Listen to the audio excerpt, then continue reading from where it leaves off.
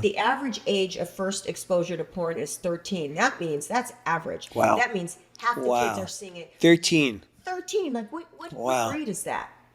I don't know. But it's, eighth, maybe. Yeah. Well, so I was in college and I remember it. I was alarmed. Like, I knew what it was. Yeah. But I walked into a guy's dorm room, a friend of mine, and he had it on, and I was just, what the fuck? Like, it creeped me out. Yeah. Like, and that was college. Yeah. I'd had relationships, like this whole sex thing, I was well aware. Before we start, a small disclaimer. The Sex Doctors podcast is not a substitute for medical or psychological advice. But with these 12-year-olds, these 11-year-olds, these 10-year-olds, they don't have any freaking clue what they're seeing. And that's just something I really wish people would become aware of, like parents and stuff. You don't think your kid's seeing it. They're seeing it. They're not trying to see it. It's showing up on their phone or their friends are showing them. Yeah. And, I'll bring the research data next time we do a show specifically on this. But this is where kids are getting their sex education. So if it's alarming to adults, guess what? Your kid is freaking out. They don't know what they're seeing. So you need to start talking to them about it, because you're not going to probably prevent them from seeing it, but you can help them understand it or be prepared for it a little bit. So, I do wonder, like, if I had been first exposed to porn at age 12, which is so typical. You and I might have never met. Well, I wonder what I would think about sex. Would I even have wanted to be a sex therapist? What would I think? If I thought that's what sex was, I can't tell you I would have wanted to be a sex therapist. Yeah. If that's what I thought the whole thing was. Yeah. I do want to just contemplate that. Like, what percentage of kids are seeing porn well before they're able to metabolize it? They think that's what sex is, and they're like, yeah, no, thank you. And now we're in a situation where AI is becoming more and more capable of providing not just sexual stimulation, but emotional connection. So now these kids are in a situation where nobody else has been, where they can now get tech to meet them right where they're at, wherever that is. Oh my, that's a whole different level of this, isn't it? Right, so they're going to get scared by the human connection because they're seeing it before they're able to metabolize it. They're getting handed AI sexual connection in whatever version they want it. And what's going to happen to humanity? I worry about this. I started a blog about this 6 years ago now, because this stuff worries me, and I just get more and more worried all the time. The more I know, the more worried I get, not less. Marianne, I'm so glad you're talking about this out loud. I think it's an important topic for people to be paying attention to, and especially parents. Yeah, especially parents who, as you said, are already overwhelmed by so many reasons. I get that.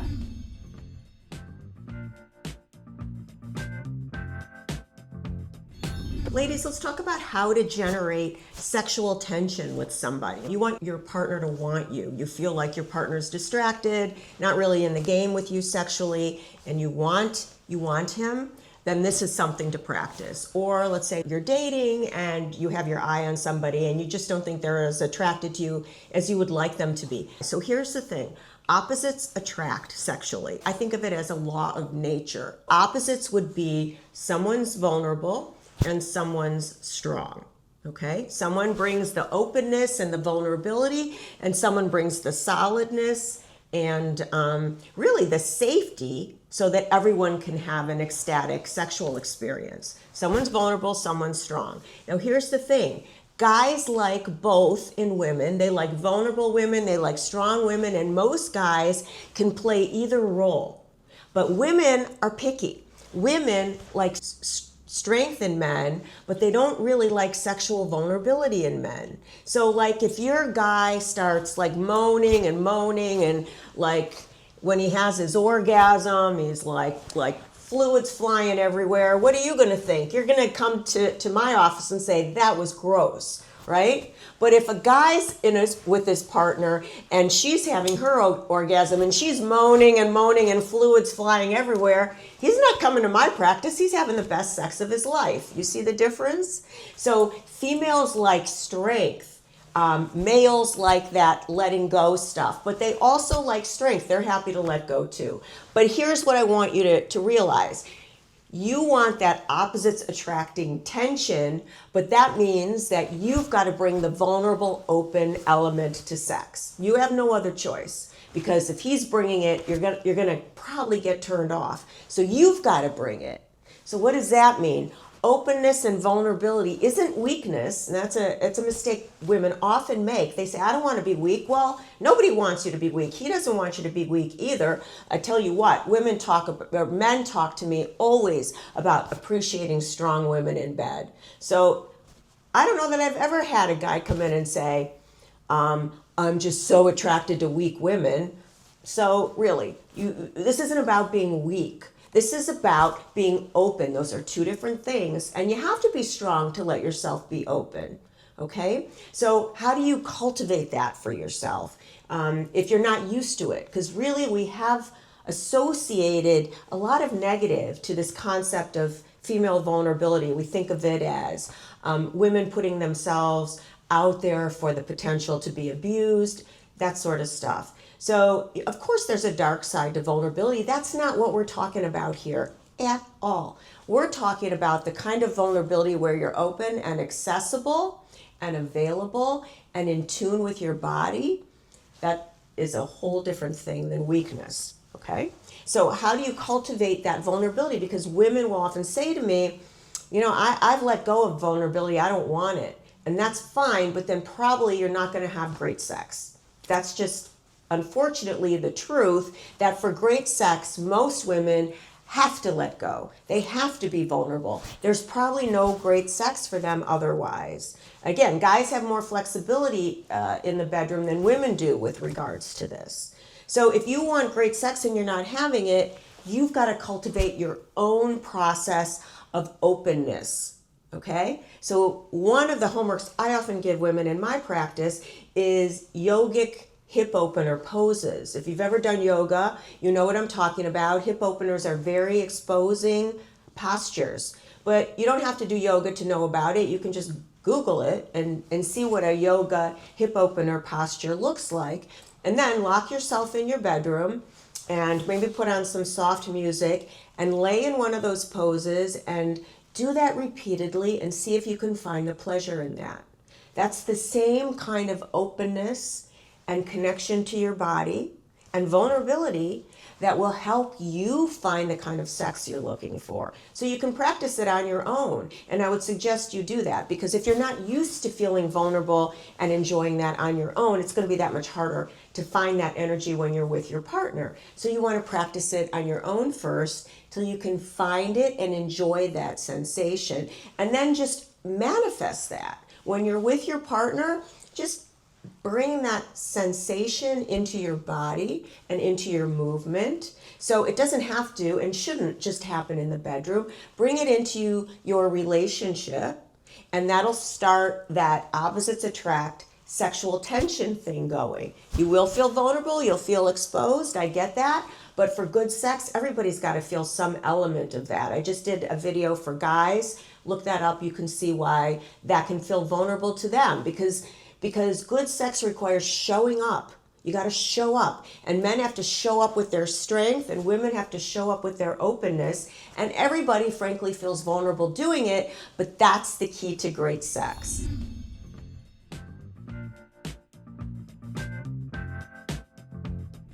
This video is for women in heterosexual relationships who feel like they've lost their desire, kind of generally, but also for their partner.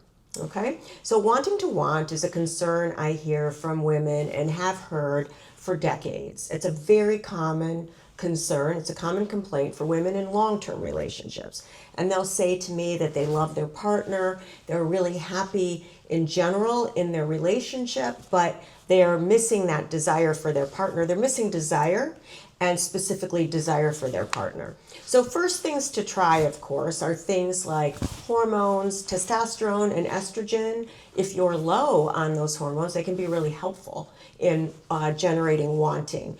There are medicines that can be helpful for some women. Vyleesi and Addyi, They can be helpful for men too, actually, but they can be helpful for some women in generating desire. So those things are worth trying. And of course, sex therapists have all kinds of tricks, and you can hear about them. I will talk about them as well. But let's say that you've kind of covered some of that ground already and you're still not feeling that desire that you're looking for.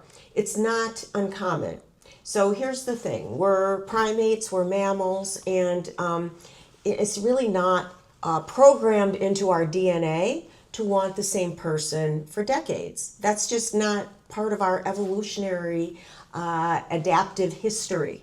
Okay, it's a great idea. We love the idea, and some people feel it, but not everybody. And probably most women in long-term relationships would say they struggle with that experience of wanting to want their partner. So it's pretty typical. Of course, there are things you can do, and that's what we're going to be talking about today. So you might feel like this is bad news, but I don't think of it as bad news. I think about it as recognizing who we are as mammals and as primates, and what the sort of laws of nature, the sexual laws, are that we have to work with so that we can create the sex lives we really want. So that's what this is about. So rather than, that's what this video is about. Not sort of sitting around waiting for that desire to happen, but now in a long-term relationship, you may have to make it happen. Okay, and so what does that mean? That means starting to become more aware of the things that turn you on, which may not be so simple, because sometimes women feel like they've lost touch with what turns them on, or what used to turn them on doesn't anymore. We'll have a video about that soon. But you've got to figure out what turns you on and then start to feed that to your body in a regular way, like literally every day, a little bit. So, you know, if you've identified some sort of romantic stories that turn you on, then read a little bit every day, or listen to audio tapes of them a little bit every day. Not to have an orgasm, but just to remind your body about sex in a sort of exciting, positive way. Maybe watching a little porn every day would do it, or playing with yourself in the shower, a little masturbation. Again, not to have an orgasm, but just to remind your body about sex. So it takes some effort and it takes some time. And certainly working with your partner around what helps sort of generate sexual tension in your relationship, what helps generate sexual energy. But I think the bottom line in this video is to sort of encourage you to put effort into it, that just waiting for it to happen is unlikely to be a productive approach. And, you know, sometimes women will say to me, I don't have the time to think about this and to generate sexual tension for myself. And that may be true. You know, maybe you're working a lot or focused on parenting and you really don't have the energy and time to do this. That may be reality for your life right now. But hopefully you'll be able to fine-tune things in your life so that you can find the energy and find the time to do this kind of work, because tuning into your own sexual energy will probably be exciting for you just as a woman. To feel tuned into sex again is probably going to feel rewarding, but it's also going to be great for your relationship, and it's going to serve not only your sex life but your experience of life more generally. So it's time well spent if you can find it. So again, that means doing things like becoming more aware of what turns you on, and doing that for yourself regularly to remind your body about sex. Now, during sex, it can be helpful to have practiced mindfulness meditation, because mindfulness meditation teaches you to not tune into your thoughts, but to tune into your body. So during sex, if you've practiced mindfulness in a regular way, like 10 minutes a day, you can use those skills to tune into your body while you're having sex, which can help you feel desire in the moment as well. So mindfulness practice is great for this as well. But I think the bottom line is recognizing that it's going to take effort on your own part. I mean, if we could decide the laws of nature sexually, people would have great sex in their relationship for decades, no problem, and I'd be out of a job, which is clearly not happening. So this is challenging for people. It's just like appetite can be challenging for people. We can't dictate how hungry we are or what our favorite foods are. And desire is like that too. So it's just a part of being a human being. It's a part of being a mammal. And having that desire in a long-term way will likely require effort on your part, just like having the food you like in a regular way requires effort on your part. And things that are worthwhile tend to require effort. So I would suggest if you think about it in this way, it can help you let go of the struggle and just engage sex in your life in a way that is more productive. So I hope that helps.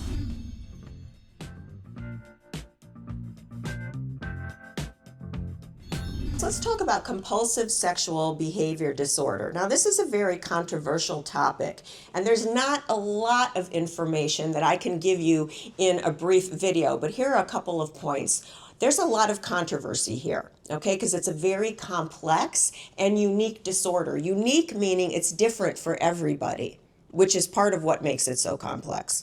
So one point is professionals don't even agree on what to call it. Some people like to call it porn addiction or sex addiction. Some people hate calling it addiction and want to call it, for example, compulsive sexual behavior disorder or an impulse control disorder or sexual behavior, sexual dysfunction, not otherwise specified.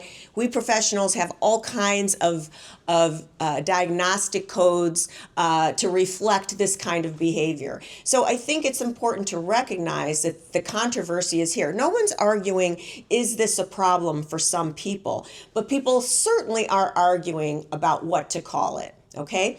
And another thing that people are arguing about is what defines compulsive or addictive behavior. So how much porn is too much porn? How much sex is too much sex? How much masturbation is too much? And of course, everybody has a different opinion about that.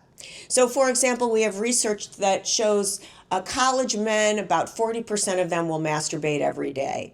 Some people think that's a high number. Some people think that's not a surprise at all.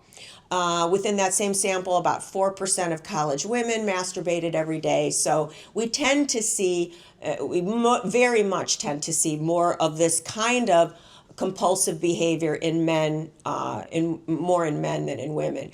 But at any rate, the question is, how much is too much? So let's talk about the use of porn. So people use porn when they masturbate. So what we're really talking about is how often people masturbate. Now, there was an interesting study published in 2023 about the popularity of certain websites in the US. And they looked at many websites and really just sort of the numbers of people that looked at those websites regularly. And out of the top 11 websites, 3 were porn. Okay, out of the top 11 websites people went to, the data was probably collected in 2021, maybe 2022. In the top 11 websites that people went to in the US, 3 were porn. So that shows you how popular porn viewing is, which shows you how popular masturbation is. Masturbation is a very popular pastime. Okay, so that, however, leads to one of the controversies of compulsive sexual behavior is how much is too much? When do we call it a problem? And everyone has a different opinion of that.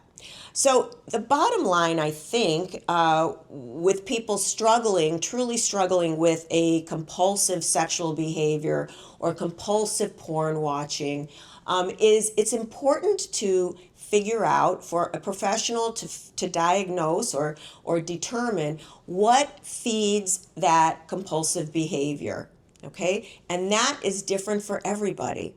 So people can engage in compulsive behavior for all kinds of reasons. And for the most part, someone's not going to get relief from that disorder, from that diagnosis, unless it's understood what motivates that behavior in the first place. Okay, so all kinds of things can motivate it. People can be depressed, and that depression can motivate masturbation or sex. So depression can motivate masturbation because it gives people some time out of their heads and sort of out of their sadness and focused on something that feels good to them.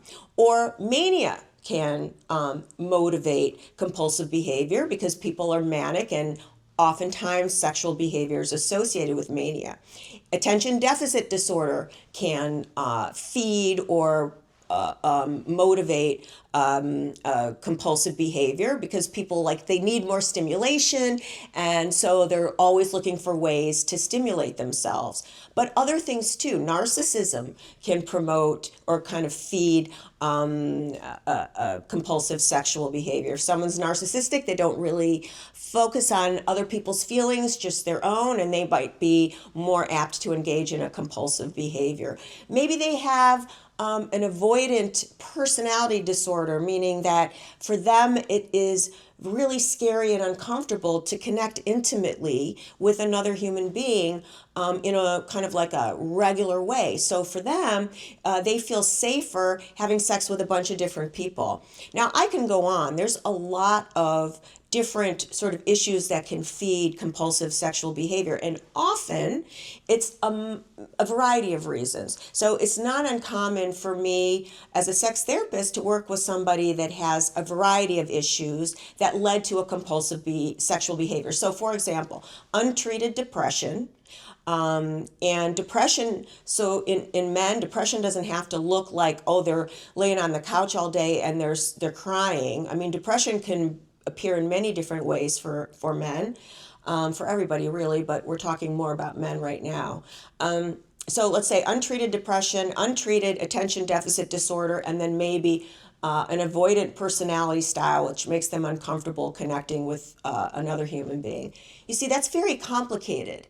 And oftentimes when I'm working with someone who has a compulsive behavior disorder or a compulsive sexual behavior, I'm working in conjunction with a psychiatrist who's prescribing medication. So we diagnose this person, we understand the complexities leading to this behavior, then they're put on medicine, and I work with them as well. So it's it's a complex kind of treatment. It's not like one size fits all. It's not like, oh, you do this and then this is how we treat it. It's complicated. So it's often meds and therapy.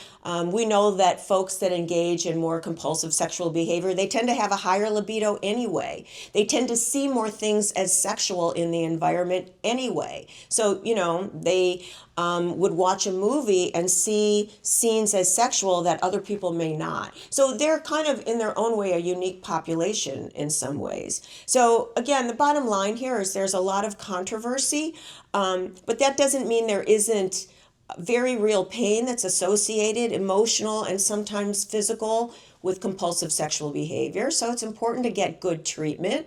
And this video is just sort of explaining why it can be difficult to find good treatment. It's important to find people who have experience with these issues so that you can get, if this is your concern or your loved one's concern, that they can get a solid evaluation and some good help.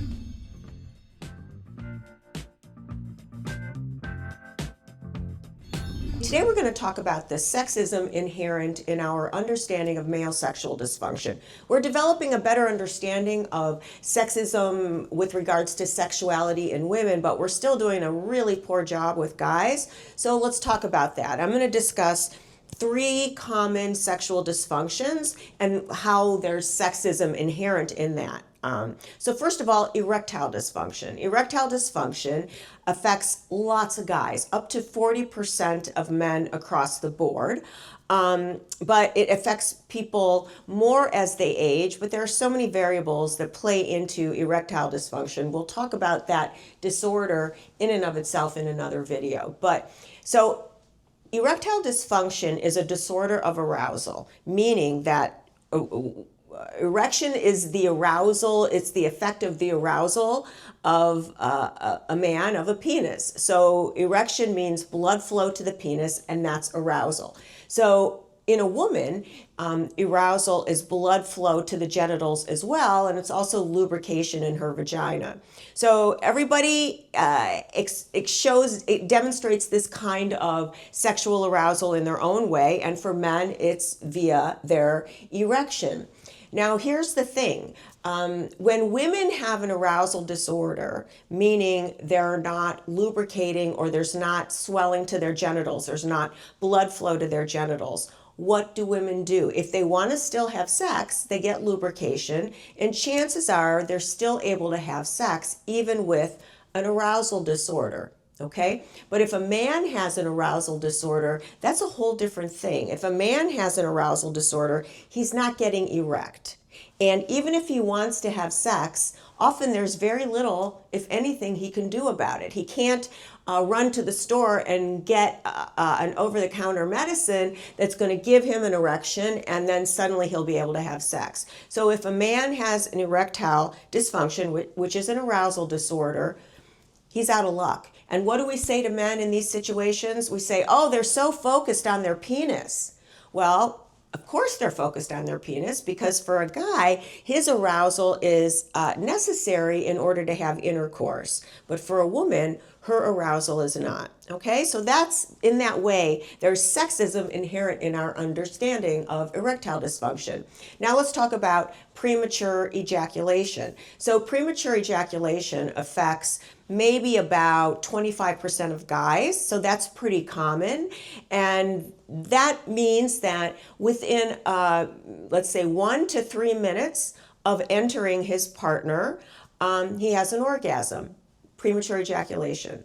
Now, if a woman has a quick orgasm, we don't call it premature orgasm in her. In fact, if a woman has a fast orgasm, we're likely to say, wow, she's so sexual, that's so cool. We applaud that in a female. But in a man, what do we say if his orgasm happens fast? We say, he doesn't care about his partner's pleasure. We say he's narcissistic. We say he's just so out of touch with his body that he can't tell when he's having an orgasm. All these negative things, right? But we don't lay that kind of burden on a woman at all. So in that way, there's sexism inherent in our understanding of PE for men. And finally, let's talk about delayed ejaculation. So delayed ejaculation means that his orgasm isn't happening, okay? He's erect, but he's not having an orgasm. And this can happen between maybe 5 and 10% of guys. These statistics are variable because it really depends on the researcher, their subject population, how they define these disorders, whatever. But let's say 5 to 10% of men struggle with delayed ejaculation. And so what do we say about that with men? Well, he's probably watching too much porn, he's masturbating too much, whatever. We pick on men for delayed ejaculation. What if a woman has a delayed orgasm? Well, we've come to a much better understanding of the fact that orgasm for women can be complicated for a variety of reasons. Oftentimes, people will kind of make space for that it's more challenging in general for a woman to have an orgasm than a man. Now, that's not perfect, of course. Women still get grief for challenges with orgasm, but nonetheless, we're certainly more apt to give a man grief about not having an orgasm, than we are for women.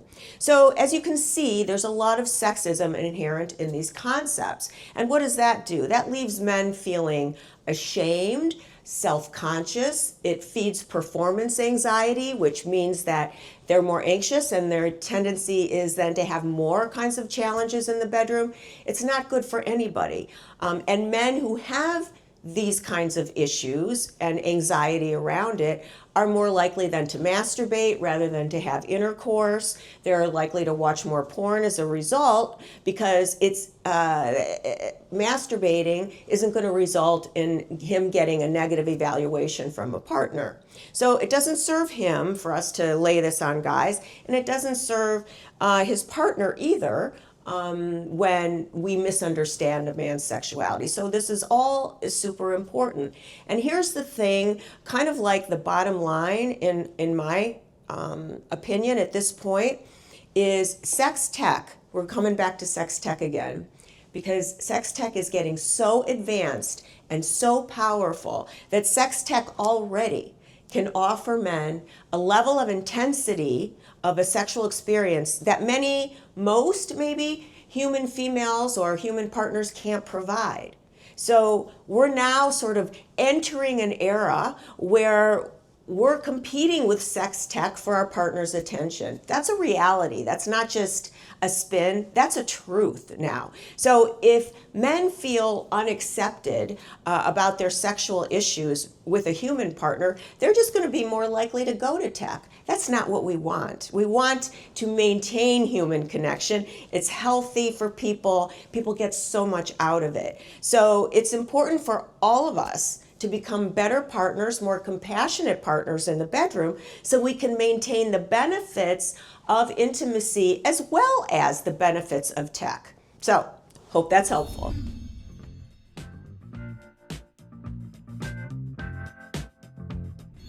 Let's talk about a complaint or a concern I hear from women, not infrequently, where they feel like they don't know what turns them on anymore. They would say that maybe there was a time that they felt like they were aware of the kind of touch that felt good or how they could get themselves kind of excited, but that's changed for whatever reason over time. So if that's a concern for you, here's a couple of things I'm going to suggest you think about. Now, of course, you want to mention it also to your gynecologist so you can see if there's any other sort of hormonal or physiological thing going on that needs to get looked at. But just in general, a couple things to think about. One is you want to experiment with touch, and that's really going to mean masturbating on your own for a while. So I would suggest you get a variety of different vibrators. There are so many sex toys out today, and you don't have to go to a sex toy shop. Just go to your favorite online retailer and they'll be mailed to your door, by the next day. So there are different kinds of vibrators. So there are ones that are sort of more traditional stimulation. There are some that kind of are a suction that are intended to draw blood into your clitoris. There are ones that stimulate different parts of your body at the same time. So I would suggest you get a few of them and start to play around. And if any of them feel too intense, then put a sheet between the toy and your body and see if you can start to notice things you like better over time. So I would encourage you to masturbate regularly. You're going to need probably some time to kind of get to know your body again. And so make it pleasant time. So put some nice music on, lock the door so you don't feel like anyone's going to interfere, and just, sort of take some time with yourself. So that's one piece of the homework. The other piece is to experiment more with fantasy. So touch and then fantasy. So the thing about fantasy is that women will often say to me they don't have a fantasy that turns them on, or the one they used to use doesn't work anymore. So nothing really can kind of get them going intellectually. So that's not, I don't know that I've ever heard that from a man, but I hear that from women not uncommonly. So there's research that I talk to my clients about that can help them maybe approach this in a different way. And basically what this research has found is that female arousal, that's the body's response, that's not emotional desire. Arousal is the body's response to stimulation. So that's like that's lubrication and swelling to her genitals, that sort of stuff. So her arousal is what's called non-specific. And what that means is her body is likely to arouse even to stuff that she doesn't intellectually think is, her body's likely to arouse even to stuff that she doesn't intellectually think is exciting. So let me explain that research first. It'll help make this all make a little more sense. Now, and this research has been going on for a long time and it's replicated many times. And what they've done is they've asked women what kind of porn would turn them on, or what kind of porn scenes turn them on. And so women will say what they say. So let's say this particular woman says she likes heterosexual sex, lesbian sex, and group sex, let's say. And then they put her in a room by herself and they're monitoring her body's physiological sexual arousal, which means she's kind of hooked up to stuff so that they know like how much blood flows going to her genitals and how much she's lubricating, that sort of stuff. But then they show her a whole bunch of porn clips of all kinds of different things, and they take breaks between each porn clip. And so she watches all these porn clips, and then she's asked to rate what she thinks of the porn. And at the end of the study, they ask her, which porn clips did you like? What turned you on, whatever. And she'll say the same thing she did when she started the study. She'll say heterosexual sex, lesbian sex, and group sex. But the thing is, her body aroused to all kinds of different scenes. So her body aroused to apes having sex, and it aroused to dominance themes that she would have thought were inappropriate. It aroused to whatever else. So basically, the bottom line is her body tends to arouse even if her mind's not in the game. Now, we don't see that with men. With men, we see they'll say what turns them on. They'll watch the porn. They'll get an erection for what they said would turn them on, and that's the end of it. And so we could kind of discuss why that might be the case, but that's sort of beyond the topic of this video. So there's also some discussion of whether or not there's what's called a measurement error here. Maybe women's bodies need a little more time between the porn clips to see what really turns them on and what doesn't, that sort of thing. But nonetheless, even if there is a measurement error, I think there's still some real interesting information in this research. And for the most part, it's trusted research, which is women can sort of say something isn't appropriate or feel critical about it, but nonetheless, her body will still arouse. Now, if you're having trouble figuring out what turns you on, I think this is really important information because basically what you might want to take from it is perhaps you're ruling stuff out that your body could still respond to. And that's probably not in your best interest. So perhaps it would be helpful to keep that in mind. And then the next time you're reading erotica or watching porn or whatever, see if rather than kind of focusing from your brain and saying, that's appropriate, that's not appropriate, that's gross, that's not gross, or whatever labeling you might be doing, see if you could just focus on what's going on in your body and in your pelvis and what your pelvis is feeling about it. And that might be helpful in sort of opening some other kind of ideas about what could turn you on and what could help you sort of get in the game with your own partner, for example, if you're having trouble figuring that out. Okay? So that's called female arousal being nonspecific. You could research that more if you want and see more about that research, but nonetheless, I find it helpful to share with my clients when they're struggling to figure out what turns them on.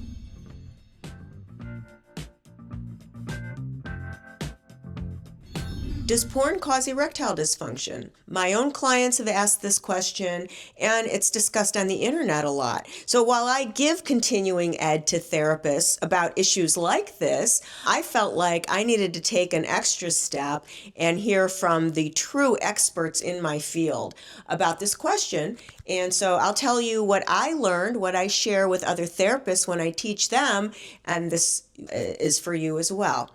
So first of all, it's important to know that at least currently, there's a lot of bad research out there suggesting that porn does cause erectile dysfunction. So erectile dysfunction is an arousal problem for a man when he can't get an erection or keep an erection.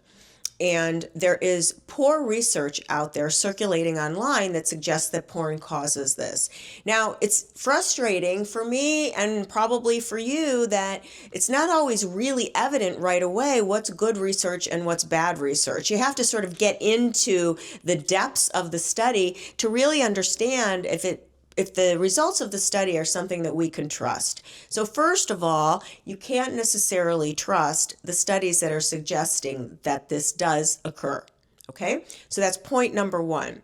Now, there are good studies out there, but for an untrained eye, it's going to be difficult for you to tell the difference between the poorly done study and the well done study.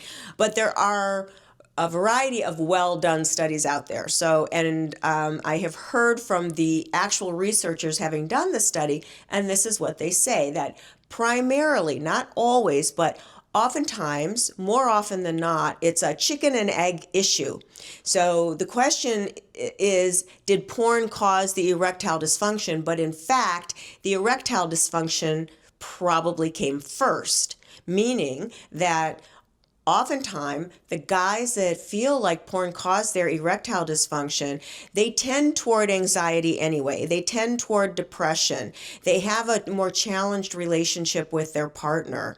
They have a poor body image or poor genital self-image. They tend to feel more anxious about watching porn in the first place. So basically, these are men that, if given a chance, might just automatically choose to masturbate with porn than to have sex with their partner, just because masturbating doesn't bring up all that anxiety and the different kind of emotional challenges.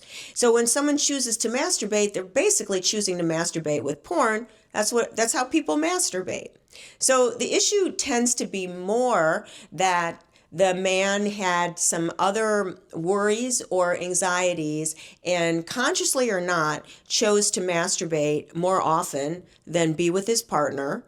So when he's masturbating with porn, and then when he does go to be with his partner, he's got an erectile issue that he doesn't feel like he has with porn. Now, keeping in mind that when people masturbate, they can masturbate in a way that gives them a more efficient orgasm. They're able to touch themselves in a way that can give them maybe a more precise experience of orgasm, for lack of a better word. But when people are more used to masturbating like that, and then they're with a partner, that can make them anxious, and they can start to feel guilty or worried, and that can create performance anxiety, and now they have erectile dysfunction. Okay? So that's the first point. The first point is, for probably most of these guys, it's a chicken and egg thing, and actually the emotional stuff that leads to the erectile dysfunction started before the porn got in on the scene. So the porn is like an innocent bystander and getting blamed, when in fact probably what would be more helpful for these guys is to deal with whatever anxieties they're feeling about watching porn, about their bodies, about their partner, and all of that. Okay, so that's probably the primary issue here. Another piece of the puzzle for some guys could be that they're so used to masturbating, with porn, masturbating in front of a computer, that when they're with a partner, with a human, it like throws them off. Now someone's looking at them. They're interacting, they're trying to please another person. It gets quite complicated really quickly if you're used to masturbating alone, masturbating to porn. So that could be another reason. It just throws people off their game, and they're sort of conditioned to masturbate in a certain way, so it's harder for them to then have be aroused and have an experience with a partner. And finally, some of these guys may be masturbating so frequently that they can't get hard otherwise. They can't get an erection because they've had so many orgasms. So, we call that a refractory period. And men typically have some sort of refractory period between orgasms. Not always, and it happens more frequently, maybe longer refractory periods tend to happen as people age and all of that. But in general, if someone's masturbating a lot, whatever a lot is for them, so let's say a couple times a day or even every day, whatever. But let's say they're masturbating a couple times a day, then when they go to have sex with their partner, they can't get erect because they've already had like so many erections that they're in a refractory period. So that's another reason why this could be the case. Now, none of this is to say that guys shouldn't be worried about their functioning or that this is all made up or anything. Like, this can be very concerning for men, and we take that very seriously as sex therapists. So this isn't to minimize their concern, but simply to offer some education about what's likely to go on. So if you're concerned about this for yourself, it makes total sense to find a professional or gather more data for yourself. and learn more about what we're talking about here, because you're not going to solve a problem you don't understand. And if your arousal issue feels like a problem to you, and you're then going to write this off, like oversimplify it as being related to porn when it's not, you're unlikely to solve the problem, right? So it's important that you understand what's going on so that you can make inroads in a way that feels good to you and feels helpful. So there you go. Thank you for listening to The Sex Doctors with Dr. Marianne Brandon and Dr. Abraham Morgenthaler. Be sure to subscribe, leave a review, and tune in next time for more expert advice on sexual health and relationships. I believe in miracles. Where you from? You sexy thing, you. I believe in miracles. Since you came along.